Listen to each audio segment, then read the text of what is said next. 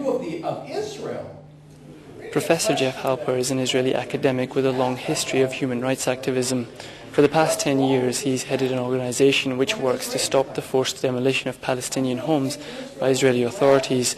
Last year, he sailed into Gaza on a boat in defiance of the Israeli blockade, and now he's in London to share his thoughts on the two-state solution.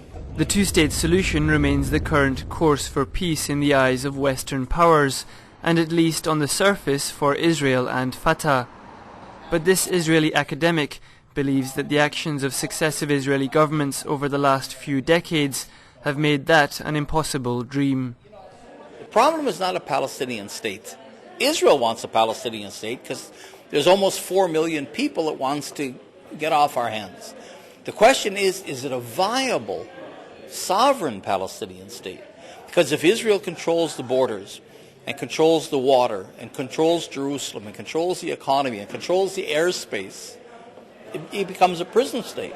With it becoming increasingly evident that a viable Palestinian state will be near impossible to achieve, an increasing number of voices involved in the conflict are now calling for a one-state solution. Personally, I favor a one-state solution. I think we all have to live together. Israel itself has eliminated the two-state solution. So in a way, Israel has created a binational situation.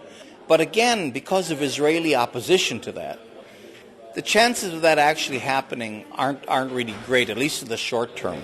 But perhaps his most radical of views is his belief that successive Israeli governments have rejected real opportunities for peace in favor of more expansion.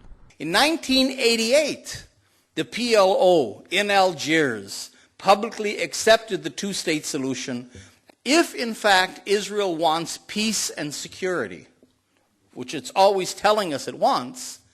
Then the question is, why didn't it grab this solution 20-some years ago?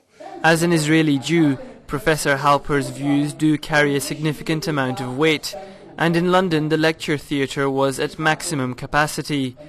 But he was also met with some dissenters who believed he painted an unfair picture of the conflict. I'm not surprised that you say that only 4 people would come and hear you in Israel, because really, I would tell the 300 people who are here tonight that most of what you say is factually total nonsense. Professor Halper himself admits that inside Israel he struggles to find an audience receptive to his views. It seems he has a long way to go if he wants to change the outlook of Israeli society. Hassan Ghani, Press TV, London.